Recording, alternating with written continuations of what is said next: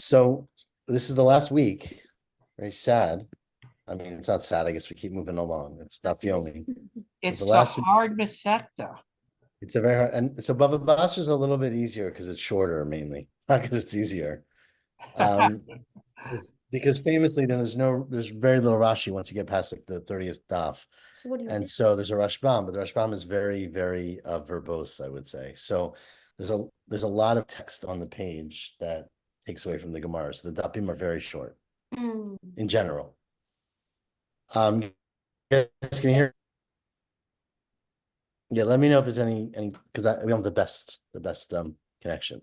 Anyways, so today's daf is daf Kuf Tet Vav 115 in Masechet Bava Metzia, and we are almost the last parak, but we are discussing this question about taking a mashkon. Right? You're not. Torah says that you're not supposed to take a mashkon. We had a debate, Rav and Shmuel, about what that means exactly, but if you do take a mashkon, you have to return it if the person needs it at night or during the day. So, and then we discussed yesterday, which I think he got up to the Tanur Rabbanan, 7 lines from the top, but that was the end of a sugya about exactly what the value of a mashkon is in general. And actually turns out that the biggest value of a mashkon is in case somebody dies, right? And or one of the biggest values, so that you basically have a claim on the heirs that you wouldn't otherwise have. But as a claim itself, you can't really use a mashkon for very much. Anyways, to continue today, Tanur Rabbanan. So we are 7 lines from the top. 1, 2, 3, 4, 8 lines. The pasuk says the following: Lo tavo el beito la'avot avoto. If you want to collect a mashkon, an avot from a person, don't go into their house to collect it. Right? You got to b'chutz ta'amod. You got to stand outside. They have to bring it out to you. Says the Braita. It says the word lebeito, right? To his house. It's only his house, meaning lebeito yata nichnas. You can't go into the house of a creditor, of a person who borrowed money from you. Avata nichnas lebeito shel arev. But if the person is the guarantor, right? So Ruvain lent money to Shimon, but Levi signed off and said, if Shimon doesn't pay, I will pay. Then Levi gets responsibilities that are almost in this way above Shimon's responsibilities. And if Ruvain comes to collect from Levi, he can even go into his house to collect. So there's greater, I guess, leeway to collect. The Chena Hu Omer, and there's a smach to this from a pasuk in Mishlei where it says Lakach Bigdo. Right, he took his clothing, meaning you took his possessions from him, ki arev zar, because he provided guarantee for a foreign person, meaning he agreed to be an arev, and therefore he lost his shirt because that person didn't end up paying back. Obviously, it's an asmachta, but the point is that you can collect directly from the arev. The Omer, and in a similar pasuk, which is earlier in Mishlei, it's the beginning of, I think, the 3rd parak of Mishlei, 6th parak of Mishlei, sorry, it says the following: Bini, imaraf to the reyacha. If you make, and this is Shlomo or Mishlei is talking about mistakes that people make, meaning bad mistakes you made in your behavior. If you become an arev for a friend, so meaning you agreed to pay back a loan for somebody else, or to kata lizar kapecha, which literally means you hit someone in the face, right? You hit someone with your hand. Kapecha is your hand. So you slap someone in the face. Now the Gemara is going to understand that doesn't mean literally you hit them, that you insulted them. You said something mean to them. Right? Onat varim. So in those cases, nokashta beimre picha, you are basically trapped, which nokashta means you've been hit, you've been struck. Nokadeta beimre picha, you are trapped by the words of your mouth, meaning what you said, and that's what we understand the arevut is saying, I will pay back the loan, and the hitting your friend means you insulted your friend, you were mean to them, or you criticized them. What should you do? Asay zot efobini, do this, my son, v'hinatzel, and you'll be saved from your bad situation. Kibata b'kafreecha, if you come to the embrace of your friend, meaning you get approached about what to do about this, lech hitrapes v'rahavreecha. Go, and we'll see what this means in a second, but what's going to mean give him back the money. And rahavreecha means gather together many friends. So it says, what does that mean? Imamon yesh lo biyadcha hater lo pisat yad. Right? If you owe him money, and the problem is that you're in debt to someone else because you signed on his agreement as an arev, the only way out of that is to open up your hand basically and pay him back, right? But im lav, but if it's not, and we understand if it's the second part of the pasuk, meaning what you're in debt to your friend is because you insulted him and you hurt him, and therefore you have to apologize to him, then what you should do is hirbeh alav re'im. you should bring many friends with you. And so the limud of this, again, not really related to our Gemara, is that the best way to appease somebody is to bring together other people. Say, I'm really serious. This guy really means it. He's sorry about what he did. So the point is, and we're using the plural, the word re'echa, is that you should make many friends, meaning it helps when you do it in a public setting. Now that's unrelated to us, essentially. But there are three people here, so I'm a little confused. Who's the friend of whom and who owes the money?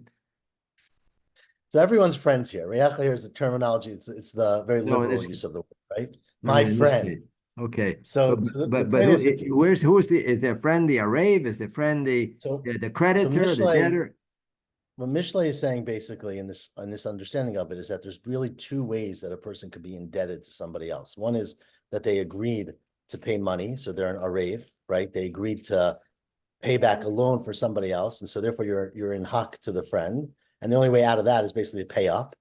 And the second is that you're indebted to him because you insulted him and you caused a fight basically, and he is angry with you. And there, Mishlei is saying the best way to fix that is to apologize. But if he doesn't accept your apology, is to bring many friends together and have a communal effort to have him apologize. But again, we bring it very tangentially because we quoted Mishlei in terms of showing that a guarantor has really got to pay up the goods if the lender or the borrower, doesn't pay. Isn't that obvious though? No, it just isn't smart. Litzad sheni. Now, another view, and this is a very funny term, litzad sheni. We don't use a lot in the Gemara, but it literally means another way to look at this pasuk. The pasuk we started off with today, which is lo tavo el beito. Don't go into his house. So we said the first shot was don't go into his house if he's the one who borrowed the money, but not if he's the guarantor. Another way to read the pasuk, litzad sheni. Another way to look at it is lebeito yata nichnas. You can't go into the house of a person who you lent money to, who now owes you $1,000 and you're annoyed he's not paying you back. You can't go into his house and take his television set, right? But avata nichnas, you can go into someone's house and collect if l'schar katef. Katef means payment for carrying something, right? You were a mover for him and you carried his stuff for him and he owes you $1,000 and he's not paying his bill. You can go into his house and collect that from him. Or the schar chamar, let's say he's the taxi driver. Chamar means you drove the donkeys. The schar pundak, if you're the hotel fee, right? Or the schar diukniot, which is a very funny term, which diukniot literally means the forms, like the painter, right? So you hired this guy to paint a mural on your house, and then you didn't pay him. He can go to collect from you beyond what a borrower is allowed to collect. So that essentially there are special protections for a borrower. And again, we don't necessarily know the reason, but presumably it's because the borrower is desperate and they need your money. But in all these cases of employment, there are less protections. And in fact, you can go and collect from the one who hired him if he's not paying. You might think that even is true if you turned it into a loan, right? Which is something you would let's say I hired someone for $1,000 to move my house. And at the end of the term, I was like, I don't have the money to pay you. Let's turn it into a loan. I'll owe you $1,000 and pay you back within a month or whatever. Then you turn it into a loan. And once you turn it into a loan, you can no longer go into his house and collect. And then we learn that Talmud Omer from the pasuk Ma'aseit Me'uma. It says if he lends you, if he owes you, if you owe him anything. So Me'uma includes any kind of loan, even if it started off as a debt, as a payment and turned into a loan.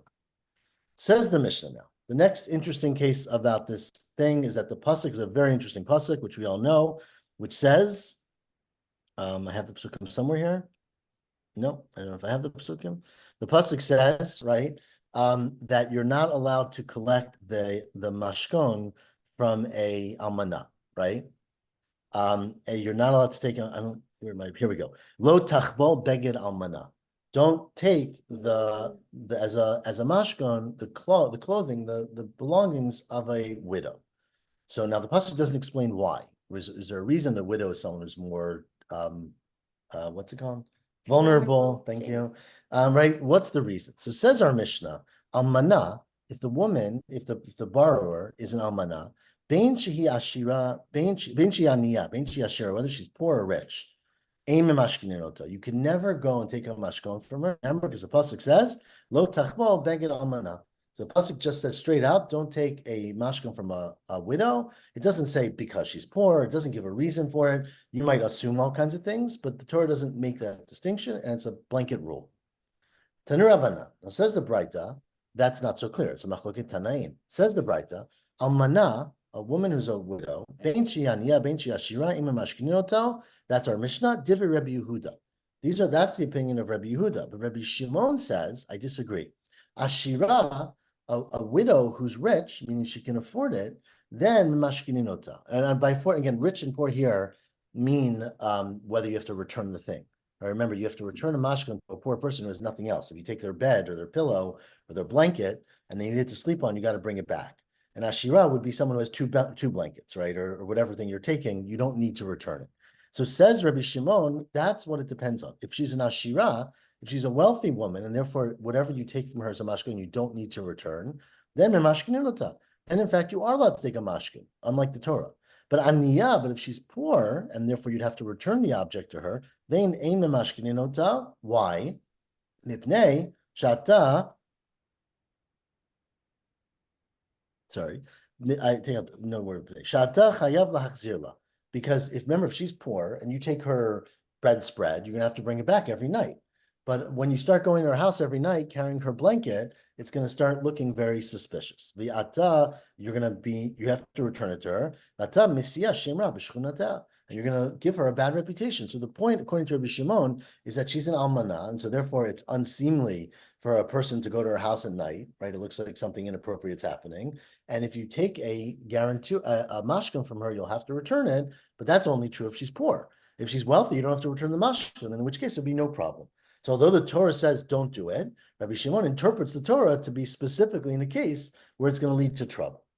Says the Gemara, that sounds a lot like Rabbi Yehuda does not being Dorish time of Dikra. He's not analyzing the reason for the pasuk. He's just saying the Torah says it, and so it should be the way it is. And Rabbi Shimon is saying, okay, it depends on the reason. You can analyze the pasuk. Why would the Torah care about a widow? It must be because you're going to go in, and therefore that's only a problem if she's poor. So the Memra, what it seems from this Braita is Rabbi Yehuda lo darish time dikra.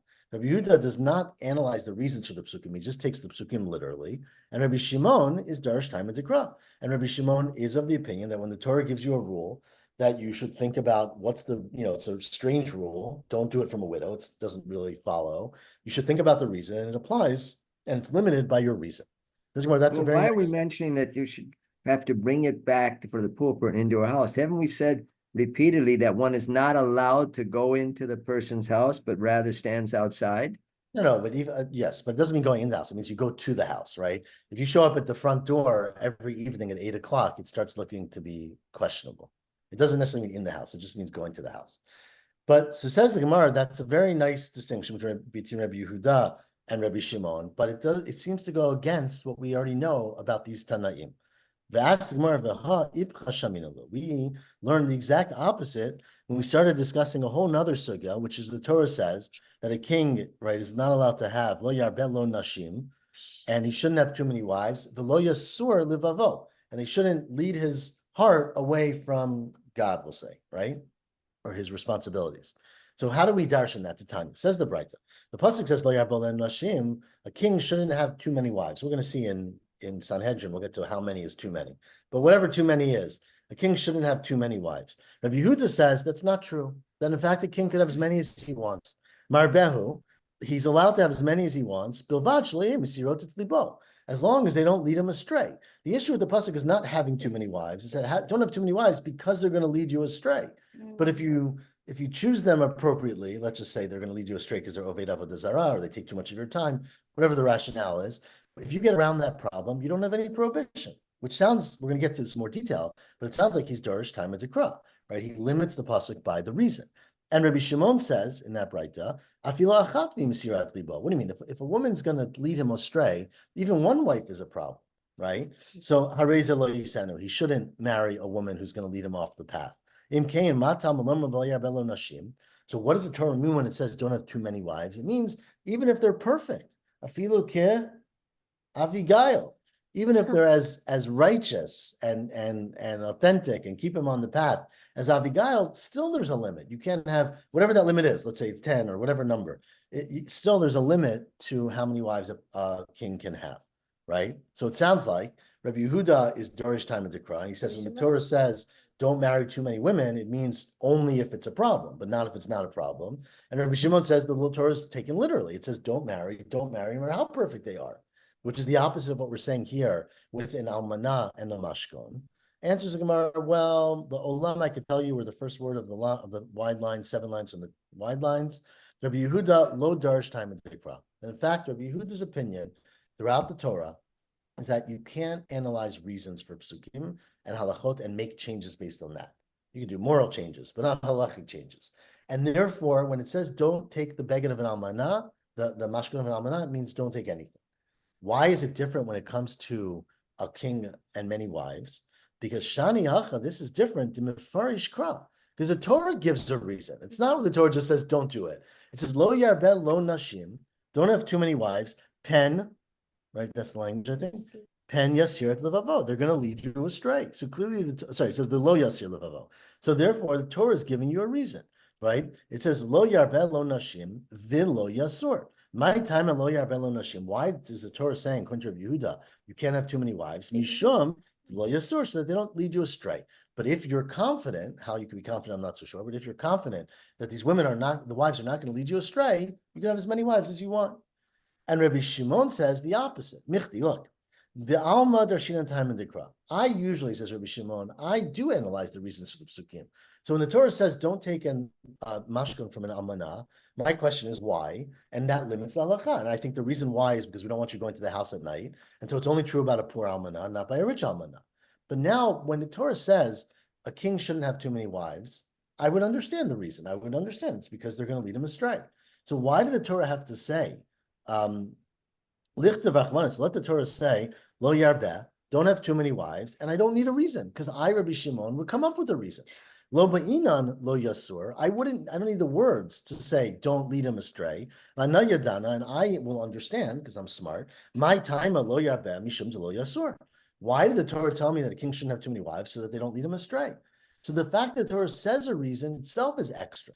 Lo yasur de katuv rachman alamali. Why did the Torah then have to say, don't go astray? To tell you that, no, that's a different problem.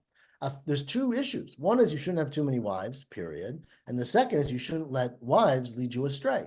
So afilo achat misirat liba reisa lo yisenu. Even if you have one wife, but she is take yasirat liba, again, I keep translating that as leading you astray. It's not so clear exactly what it means, but you have one wife and she's going to lead you astray, then even that would be a problem. And the king specifically is not allowed to marry her. Okay, the next halakha, we're going to moving along, a lot of Mishnayot. The Torah says, and again, I'm quoting the pasuk in Kiteitzei, Lo yachbo rechayim v'rachav. You should not take a mashkon of a rechayim v'rachav. Rechayim v'rachav refers to, I don't know the words in English. I have an English in front of me. A rechayim is a grinder, but every grinder, of course, has two parts, right? You have to have the part that moves. Koren translates it as millstone. Okay, or whatever thing you do to smash things together, but you always need two things, right? You need the fixed part on the bottom and the movable part on top. Now you could of course can switch the top and the bottom, but you can't grind something against itself, obviously, right? So in a millstone you have, and what does he have terms for what the two parts of the millstone are? Rechayim, and the other word is Sorry, no, it doesn't. It just translates. Yeah, this one, mine says lower and upper millstone, but yeah. So basically, whenever you have a mortar and a pestle, let's say, that's the equivalent. So the Torah says, don't take the Rechayim and the Rachav, which usually refers to the top and the bottom part of the grinder. Right? Rashi tells you, Yonah Rachav, V'tachtona Rechayim. I was looking for an English word. Rashi doesn't give us that though. Not yet. One day. And then the pasuk finishes and says, Ki nefesh hu chovel, because you're taking his nefesh, right? Which meaning his things that he uses for food. So says the Mishnah, hachovel tarechaim, if a person goes against this halacha and they take a mashkan of a person's millstone, over mishum lo taseh, they're over lo taseh, Torah says don't do it. The chayiv mishum shnei kelim, and you're chayiv twice, you get malchus twice. Shenemar lo yachbal rechaim v'rachav. So a millstone basically, although it's one device, has two parts, and you're chayiv for the two parts. V'lo rechayim v'rechav blovad amru, and it's not only that you can't take a mashkon of a grinder or a millstone, ela amru ela kol davar she'osim bo achal nefesh, anything that is used for food, you're not allowed to take. Shenemar ki nefesh hu chovel. The pasuk completes and says because you're taking his food, so you can't take his coffee grinder and you can't take his crock pot and whatever. You can't take anything that he needs for his food. Says the Gemara, and if you do, it's a lotase. You're over a lotase. Says Rav Huna, chaval rechaim. If let's say you take a mashkan of a person's rechaim only, which we understand as which you understand to mean That's the bottom tachton, part. the Right, tachtona. thank you. The bottom part. So you take just the bottom part of the grind of the millstone.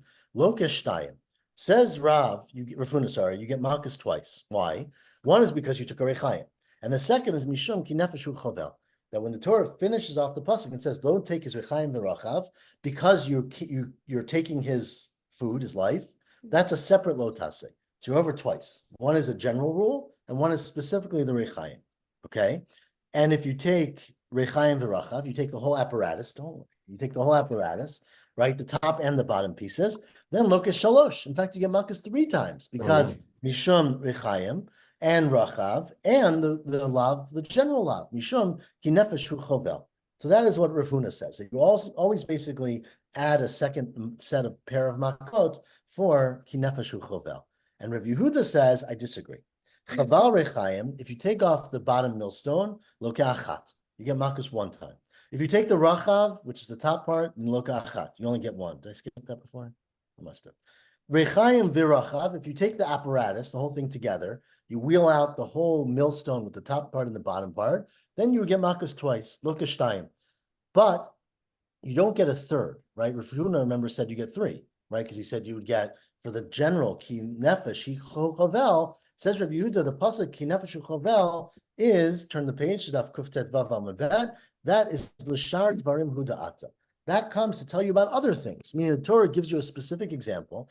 Don't take his millstone, and don't take anything else that he needs for food. So when you take his millstone, you're not over both. You're over the millstone. If you take his coffee grinder or his crock pot, then you're over the other lotase of ki nefesh hu chovel. So you don't include the lav shebichlelot, is what essentially the way we're calling it now. Not so simple. We're going to keep going in the Gemara. Says the Gemara, this machloket, Rav Huna and Rav Yehuda, who were early Amoraim, if you recall, seems to be similar to a machloket of Abaya and Rava, who were a couple generations later. Lema, Abaya v'Rava, who were later, are beplukta Rav Yehuda, Rav Huna, Rav Yehuda comifli. Maybe Abaya and Rava, who are 3 generations later, are arguing, I think 3 generations around that, are arguing in the machloket of the earlier Amoraim, Rav Yehuda and Rav Huna. How? What's the machloket? The Amar Rava. Rava, we had this Gemara in Psachim extensively. There's a very interesting pasuk. It says by the Karban Pesach, right? Don't eat it. Al tochal mimenu na, right? You can't eat the Karban Pesach if it's raw. Raw means uncooked, not partially cooked. U basham mevushal b'mayim, or if it's boiled in water. Ki im sli esh, right? It has to be roasted. Let's say sli means roasted, right? I think it's what it means, right? Has to be roasted. So the question is, what are the prohibitions, right? If you eat it raw, you are over the Torah, which says don't eat it raw. But where you also over the prohibition, you have to roast it. And you can see the parallel here where it says, don't take the rechaim v'rachav because it's his food, right? It's his life. So what's the halacha there? So the Amar Rava, 3 lines from the top. Let's say a person eats the Karban Pesach na, achal na. Person eats a piece of the Karban Pesach that is partially cooked, uncooked basically. Lokesh shtayim, you get malchus twice. Why? Mishum na, one because the Torah says al tochal mimenu na, right? And the second is because of the general one, mishum ki im sliesh. It says you have to roast it, and you didn't roast it; you ate it raw. Furthermore, says Rava, mivushal, if you eat some of the Karban Pesach boiled, like a nice little, cholent, then lokesh shtayim, stew, I would say, like a stew, you get malchus twice also. One is mishum mivushal. Torah says don't eat it if it's boiled, right? And the second is mishum kiyim sliesh, because it says a general rule you have to roast it, right? If you eat a piece of Karban Pesach that is both na umevushal, so it is both raw, partially cooked, and boiled, then you're chayiv 3. Lokesh shalosh, and the reason is mishum na, because it's raw, umishum mevushal, because it's boiled, umishum lo tochlu kiyim sliesh, and because of the third one of lo tochlu kiyim sliesh. That seems a lot like Rav Huna's opinion that if you take the rechaim v'rachav, you're chayiv for rechaim, and you're chayiv because it says ki nefesh hu tachbol. Okay, and Abaya says around halfway down the short amud, ein lo kina lav shebichlalut. No. that lotase of kiim sliesh is not a specific lav. It's a general lav that says do it a certain way, right? Make it roasted, but it's called a lav shebechlalut, and although it is a lav, you don't get makus over that. You don't get hit over that kind of lav. So it sounds, says the Gemara, that Lema Abaya is like the second opinion of like Rav Yehuda, that basically you don't count the second general prohibition as a prohibition, or at least one to bichayv makot. And Rava says like Rav Huna. Rava goes like Rav Huna, that you count in, therefore you count 2 prohibitions or 3 prohibitions depending on the case. But you do count it if you in the case where they use either na or mevushal, then you do count the second one, right? You don't count it when you're doing both mevushal and na. You don't count it then, but you do count it if just one of them applies. So you are counting it in one scenario. So not according to Abaya. According to Abaya, that you never get if you eat something raw, you get makos once because you did something Oh, wrong. so you wouldn't count it? That said, then you only be one. You wouldn't get 2. Correct. According to Rava. According to Abaya, according to Rava, you would. But yeah, Abaya's opinion was blanket. You don't get makot for the lav shebechlalut at all. So if you get just not anything. Says the Gemara, but you know what? These cases are slightly different. And the reason these cases are slightly different is that if you think about it, I'll speak it out outside and then we'll read it inside. When you talk about eating a carbon pesach, umifushal, kiyam sliesh, there's really no other way to eat it. Now, that's why there's a long toast here about maybe there is another way to eat it because you can do solar heat or whatever.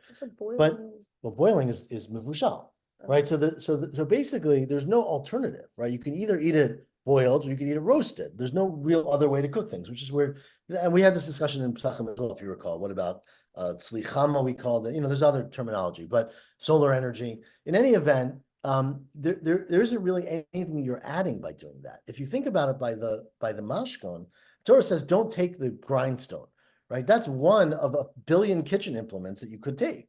So the fact that we say ki nefesh ki chovel, you're actually adding something very substantial, not just repeating the prohibition, right? So that's going to be the distinction between the machloket about our Mishnah, about mashkon, and the machloket about Pesach. Let's read inside how that all plays out. So Amar lecha Rava.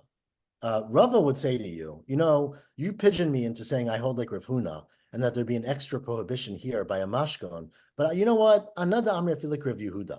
I say I could agree with Rav Yehuda here that if you take a rechaim and rachav, you're not chayav for the third prohibition of ki nefesh chovel. You know why? Because Adkan look, I'm Rabbi Yehuda hatam.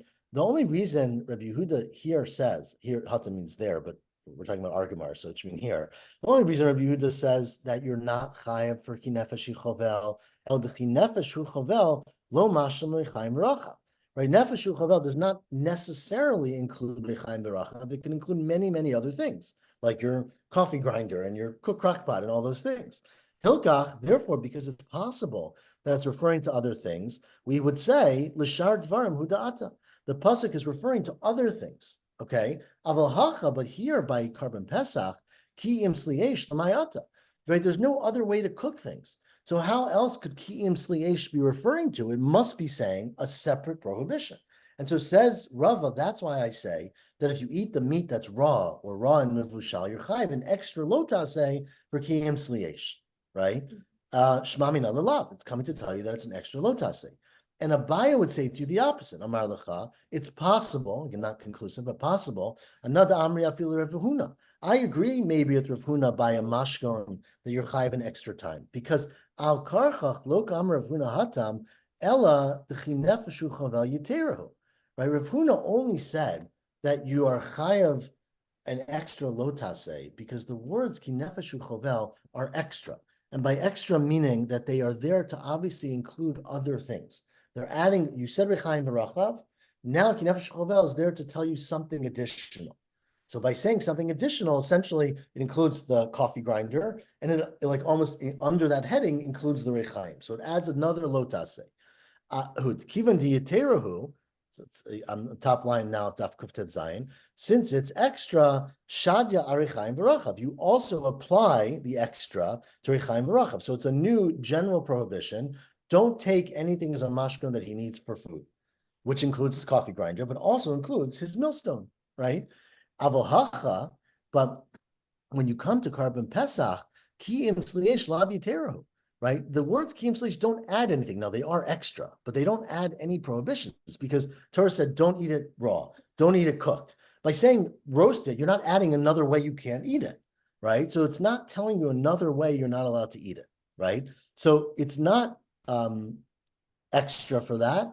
What do we do with it? In fact, according to Abaya, right, and anyone who holds this opinion, those psukim is actually there for the following point at the Brisa said, the third line from the top. It says in the Brita, at the time that you're supposed to eat it roasted, which is not on Erev Pesach, on Yudaleh, when you shecht it, it's on that night at the Seder, right? So the mitzvah to eat the Korban Pesach is on the 15th at night. At the time that you're supposed to eat it roasted, that's where if you eat it uncooked or improperly cooked, you're chayv lo taseh. But if you ate the Korban Pesach on Erev Pesach too early, you wouldn't be chayv lo taseh. You did something wrong, but you wouldn't be chayv lo taseh. So that's what we darshan from the pasuk. I'll read it inside. At the time, at Yom Tov night, that you're supposed to eat it roasted, then there's a lotase yeshnu about tochana. Then there's a lotase, don't eat it raw. But but at the time that you're not enjoined to eat it roasted because it's not time to eat it yet, then there is no prohibition of not eating it raw. And so the pasuk, according to Abaya, and depending on whichever earlier Amori holds like, is there to tell you, don't eat it raw, don't eat it boiled, right? Mevushal. When is that applied? When you're supposed to be eating it roasted. So it's only when you're supposed to be eating it roasted that you have a prohibition, but it's not there to tell you an extra isser that don't cook it another way or add another isser according to Abaya. So it turns out, according to this, these things are not really connected, right? The psukim of Karban Pesach are distinct from the psukim of Mashkon. Tomorrow, as we will pick this up, hopefully So tomorrow. Abaye would hold that it's only one lav instead of two. Correct. Or unless, I mean, if you would just, we had this in Pesach, if you recall. If it was non-mevushal, I would agree you're chayiv two, right? Those are separate. But you're only chayiv for each one thing. One time, but you wouldn't be chayiv on the other cloud then. Correct. According to Abaye. According to Abaya. Tomorrow we'll get back to Rechaim V'Rachav to try to understand how many times you're chayiv when you have a dual part implement. So that's tomorrow's daf. 7:45 a.m. Okay. Mm-hmm. Perfect. So hopefully everyone gets a nice cool rest overnight, and I'll see you in around 10 hours. Yasher Koach, stay cool. Thank you. Shavua Yasher tov. Koach, thank you and good night. Good night.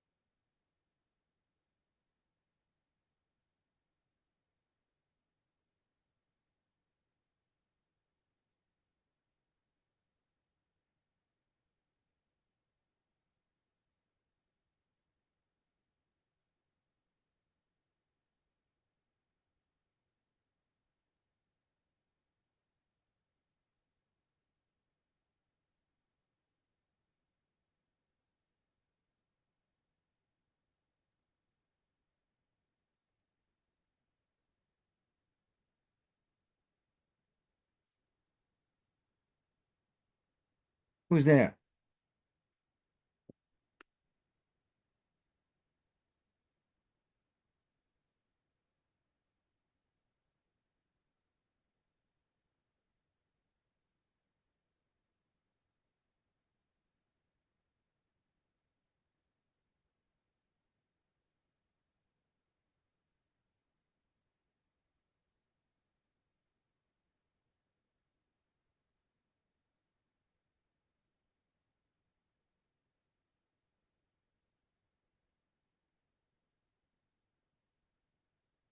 Guide to taking the perfect shot. First, you need to dress for success and make sure you bring the right equipment. Then grip it and rip it. Ignite the fairways. Wonderful. Jiminy Cricket, you don't even have a club in your hand. Caitlin Clark and the Fever, intriguing of late. They've won 3 in a row, looking for 4. Taking on the Dream, Ryan Howard got hurt the other night. She'll be out indefinitely. Tremendous college player, been great in the W. But you know what? Indiana started their 3-game win streak, Nicole, with the win over who else? Atlanta. And tonight in front of 17,500 at the home of the Hawks. They normally play the 3,500 seat arena. They saw the Fever, Caitlin Clark and company light it up 83%. 3-point field goals in the first quarter. In the third, they kept it going. It's a double-digit lead, looking for 4 in a row. If you're wondering, she is number 2 in all-star voting, Nicole. Who could be number 1? Asia Wilson. Number 3, Caitlin Clark's teammates, Aaliyah Boston. Clark finished with 16. Just a reminder, in college, she also once led the nation in assists, not just scoring. So she can score, she can find her teammates, as you will see right there. Beautiful dish, and it's going to be 4 in a row for Indiana. And after that 1-8 start, Nicole, look out for Indiana. And after that 1-8 start, Nicole, look out. And it's going to be 4 in a row for Indiana. And after that, teammates, as you will see right there. Beautiful dish, and it's going to be 4. Not just scoring. So she can score, she can find her teammates, as you will see right there. Beautiful dish, and it's going to be 4 in a row for Indiana. And after that 1-8 start, Nicole, look out. She can score, she can find her teammates, as you will see right there. Beautiful dish, and it's going to be 4 in a row for Indiana. And after that 1-8 start, Nicole, look out. The Fever is getting hot. Clark, look at that dish in transition. 106 assists in 17 games out of the gate. And it's a laugher.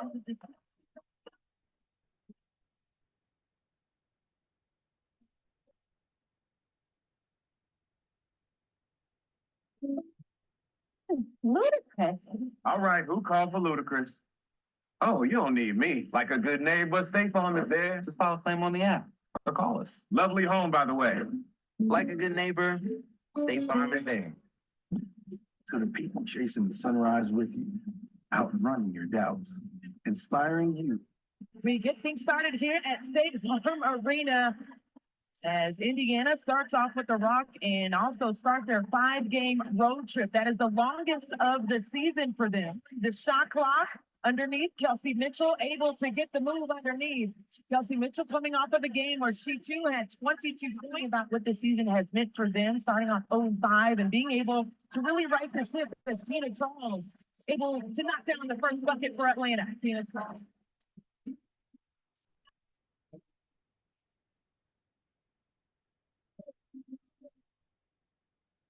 Wallace at the rim and so crafty with her finish.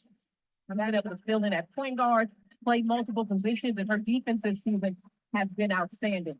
The steal for Aaliyah Boston, the send up the floor to Melissa Smith. Really good screen by Nia Coffey, and that's something that Nia Coffey does well every time down the floor. It tries to help the continuity of the offense. It's an assignment for Haley Jones. It's going to take a team effort to contain Clark. But then you also have Kelsey Mitchell who gets the bucket there. Yeah. Tina Charles with her second touch, and Sunny's like telling you it's very important to establish her early in the game. Post move twice in one game. I mean, she has every post move you can think of in her arsenal, including the hook shot. Smith outside, versatile, can knock it down. 9.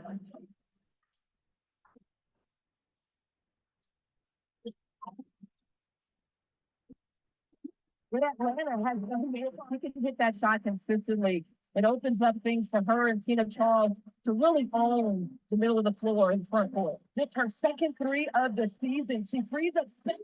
What a find by Gray. He did all-star for the first time. Scored over 600 points.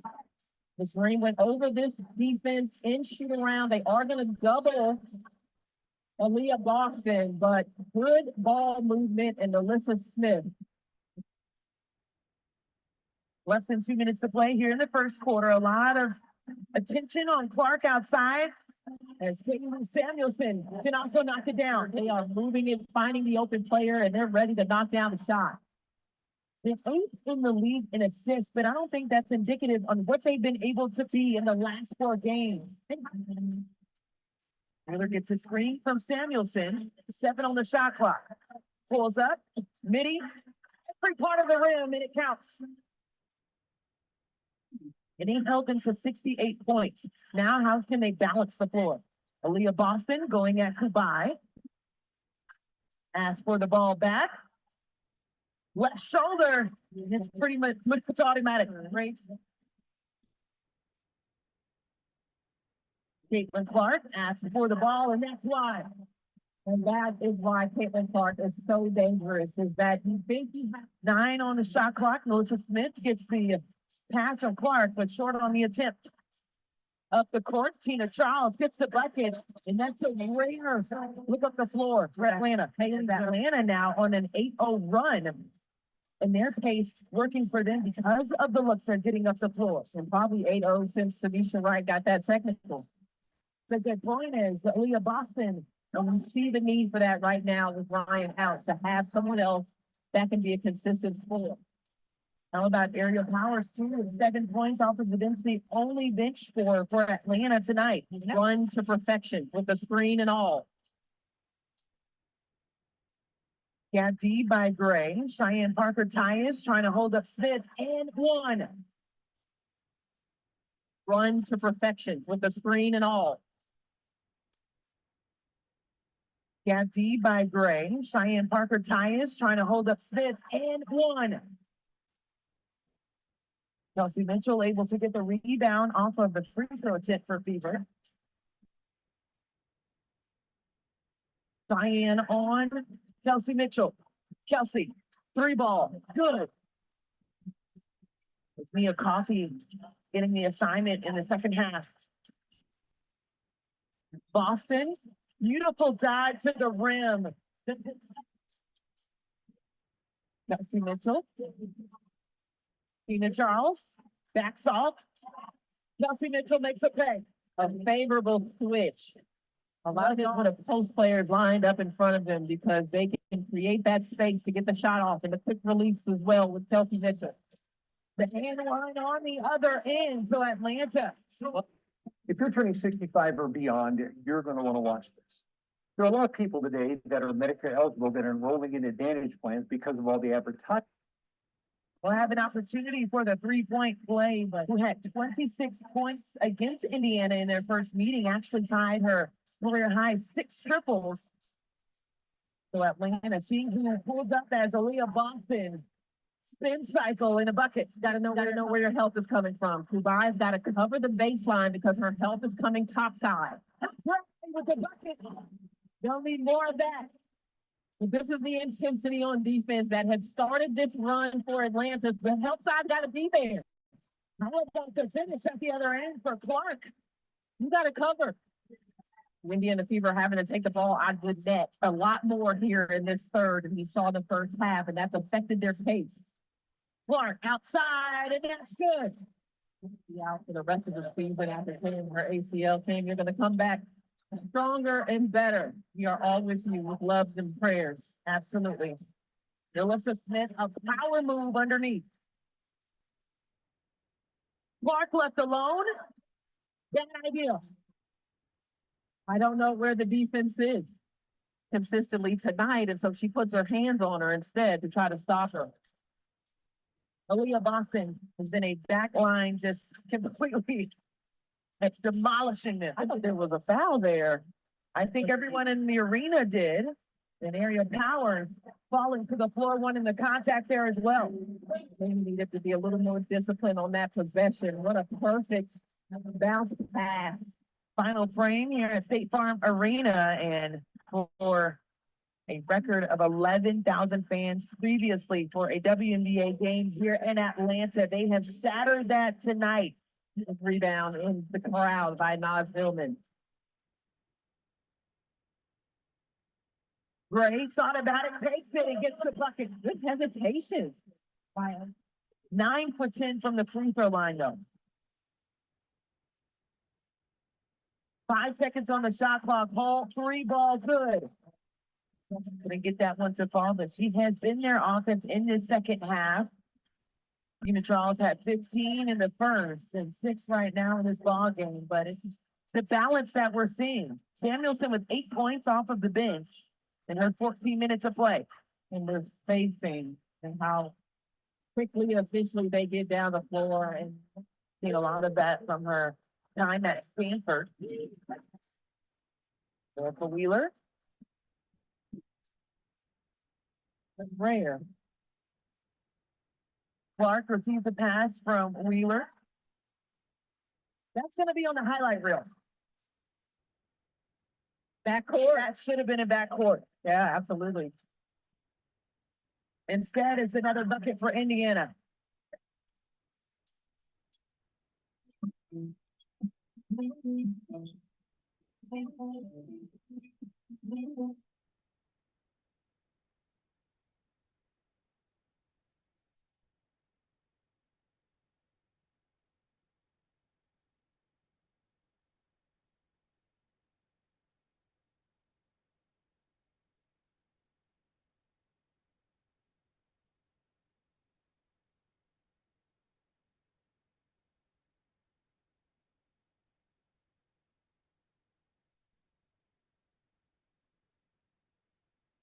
There's been over 17,000 fans that came and showed love. I just want to ask you, as a young rookie coming into the league, how do you maintain your passion? I mean, for me, like, I don't know, like, these last couple of years, like, I've played in front of sold out crowds and these type of environments. So for me, like, it's not that different. Yeah, I'm putting on a different jersey, but like these environments are something that I've become, I don't want to say used to, because it's not something that you get used to, but like you're accustomed to playing in. And it's fun. Like, I've never played in Atlanta before. Like, it's fun. Going Really good screen by Nia Poppy, and that's something that Nia Poppy does well every time down the floor. It tries to help the continuity of the offense. As Caitlin Clark off of some screening action there by Melissa Smith gets an open three. You know, there's been over 17,000 dollars in show love. I just want to ask you, obviously a lot of people here out there, and I thought the crowd was fun. Like, you could just. Got what we first show them right here. Yeah, for Melissa and Caitlin, earlier, we had 4 straight home games for the first time. You're playing 15 now, 4 straight overall wins since playing 15. Just what does that say to the consistency and how you guys are gelling? And then additionally with Melissa, just what's going on with the elbow there? Yeah, that's what's wrong with your elbow. I mean, I got a hat all night. Nah, but to the point of the wins, I mean, we just stayed the course. Like, there was a lot of times we was frustrated. You know, nobody likes losing, but you know, we poured in like we always say, and we believed in each other, and we're finally getting the result that we want. And we got the third row on the left on the island. You want to say that, or you good? Okay. Very early on, Coach Boyd's about coach, the whole agreement, 30%. What work you guys will be this side? Yeah, I think we were really active. We've really been talking about ball pressure. You've got to put a lot of ball pressure on people, make everything difficult, make everything hard. Our post players were working in the post, not letting them get easy touches. We've been really working on these guard to guard screens that they run a lot of, just working on sliding through, getting up, just making everything hard. I thought we did that tonight. Our goal is to keep them under 84. We kept them at 79. Couldn't be more proud of them. Anybody got Michael, go first row here on the left, on the aisle. Hey, this is Megan Hall with USA Today's For the Win. Totally serious question for you. Are you celebrating with the iced out tan that you got earlier? That's very early. I didn't pack mine. Yeah. So I got mine tucked away. I might wear it. You got second row on the left. Congratulations on the win. Caitlin, question for you. Obviously, it's the weekend, and now you can go 5 straight wins. A hugely anticipated game against the Chicago side. All that's been said and done with that rivalry, is there? I just wonder, if you look at other sports and all the people that talk about how big rivalry helps them find a new level, find an extra gear. Is that something that you feel is applying to you, looking forward to Sunday's game? I mean, I think we're just taking it one game at a time. And I think that's why we've been able to be successful in this stretch, is because we haven't looked too far ahead. It's the game that's always just right in front of us. I'm pretty sure the only people that view this as a rivalry is all of you, right?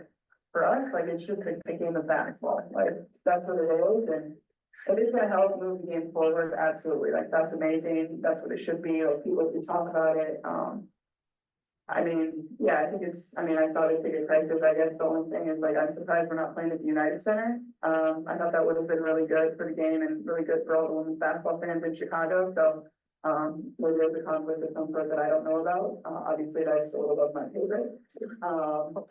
But we're excited, you know, one game at a time, you kind of gotta wipe this and learn from it, and, you know, we travel tonight and get there and practice, and it's a prep, and then you're playing next day at 4 p.m. So, like I said, if that's what's gonna help the game move forward, absolutely, and, I think the 2 prior matchups have really lived up to what everybody expected, and just really great basketball games, honestly.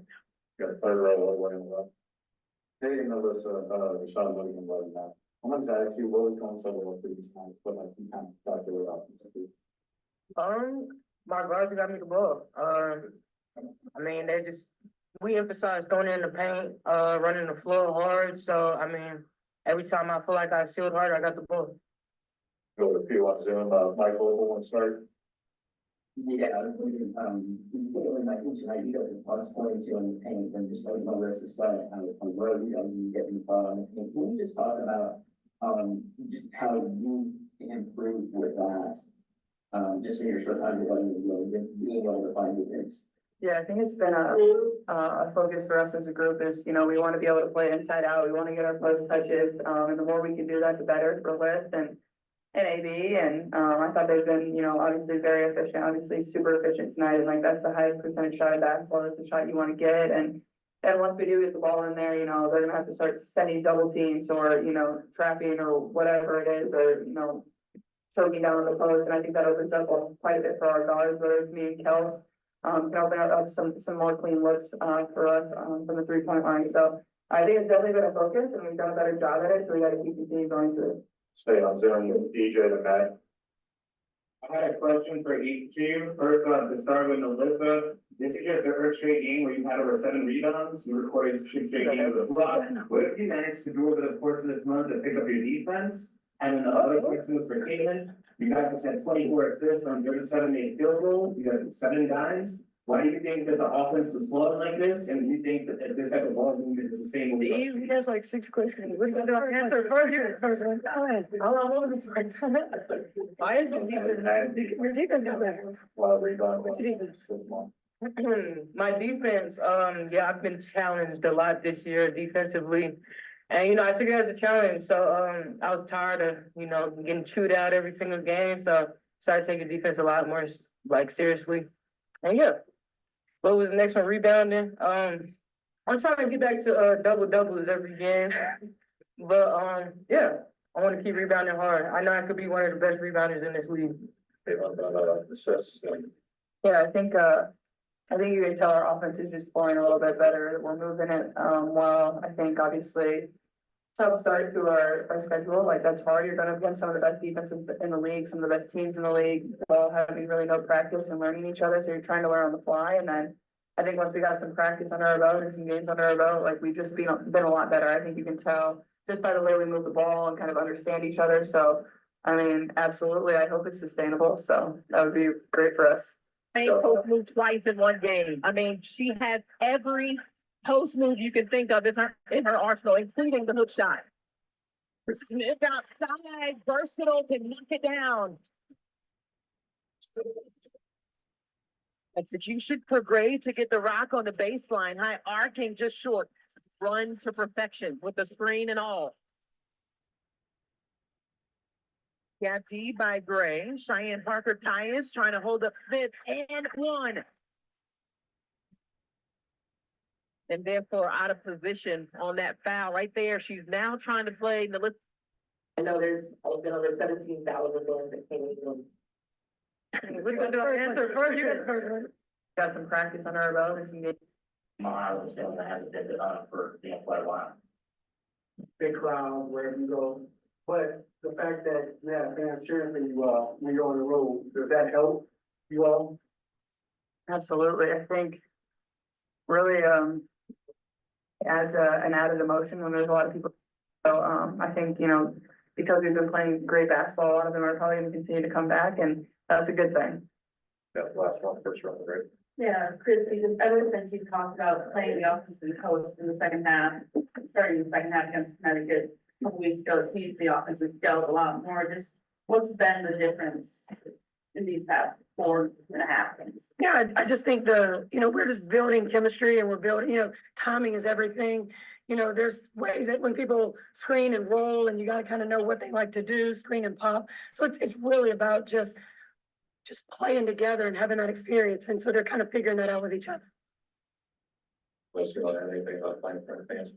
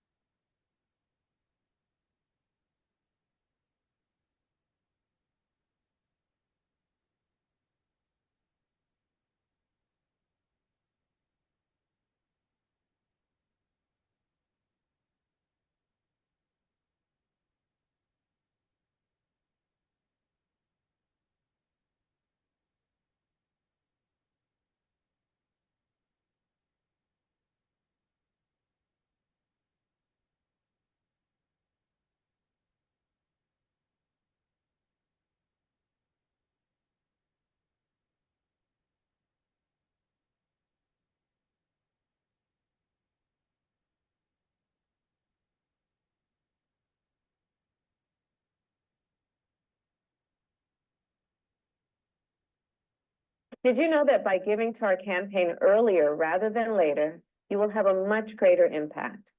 We get things started here at State Farm Arena as Indiana starts off with the Rock and also start their 5-game road trip. That is the longest of the season for them. The shot clock underneath, Kelsey Mitchell able to get the move underneath. Kelsey Mitchell coming off of a game where she too had 22 points about what the season has meant for them, starting off 0-5 and being able to really right the ship as Tina Charles able to knock down the first bucket for Atlanta. Tina Charles.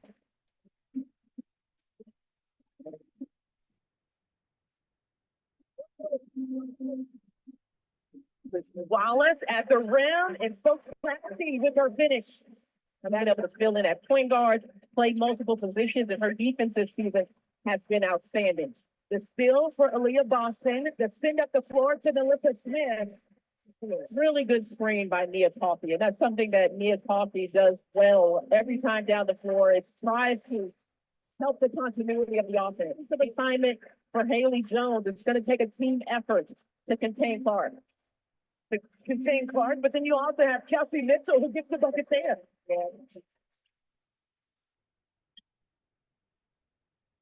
Tina Charles with her second touch, and Penny's like telling you, it's very important to establish her early in the game. Post move twice in one game. I mean, she has every post move you can think of in her arsenal, including the hip shot. Smith outside, versatile, can knock it down. 9.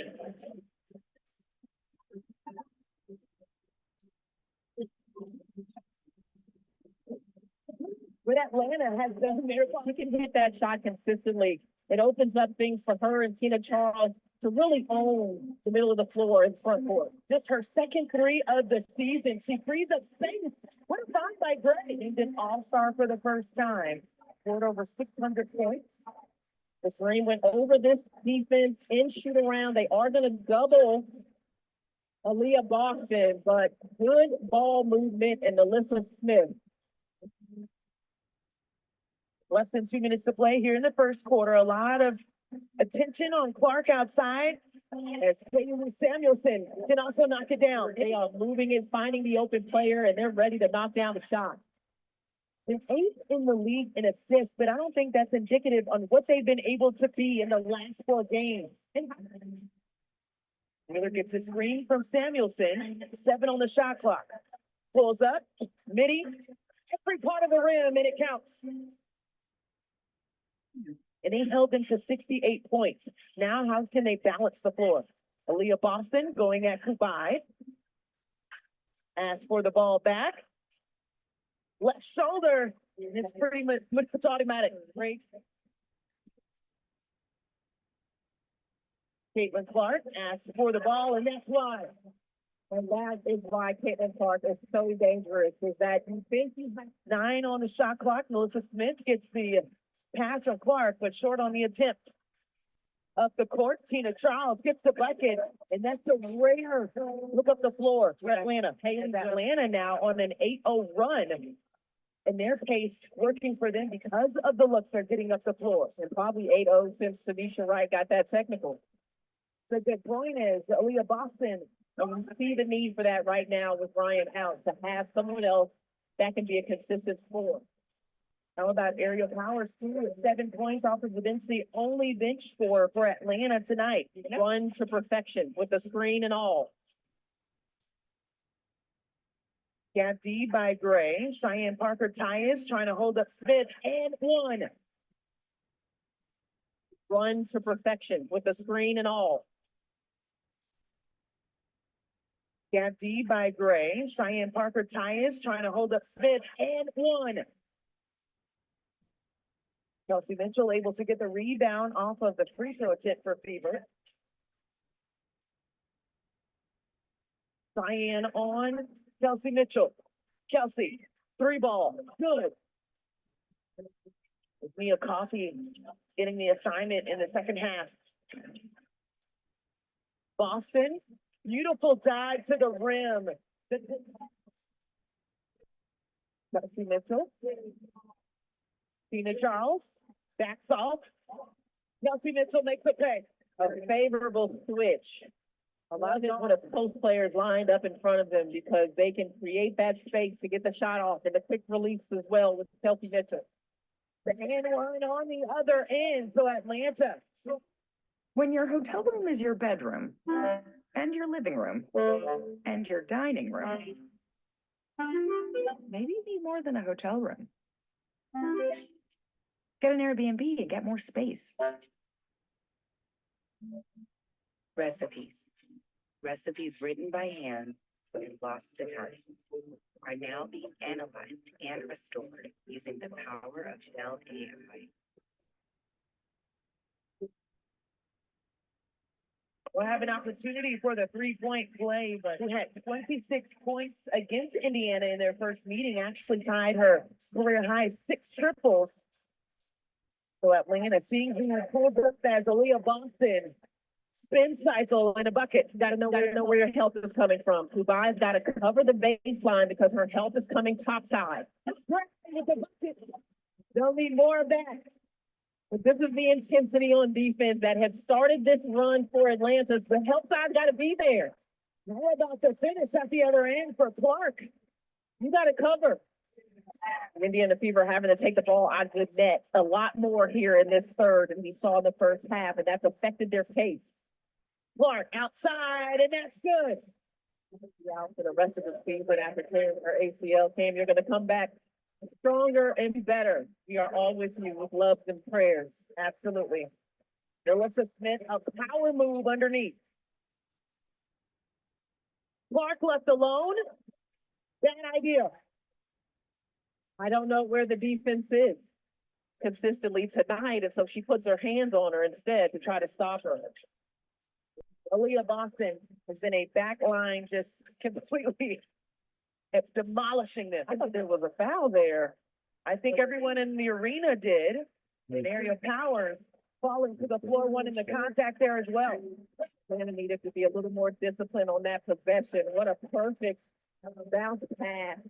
Final frame here at State Farm Arena, and for a record of 11,000 fans previously for a WNBA game here in Atlanta. They have shattered that tonight.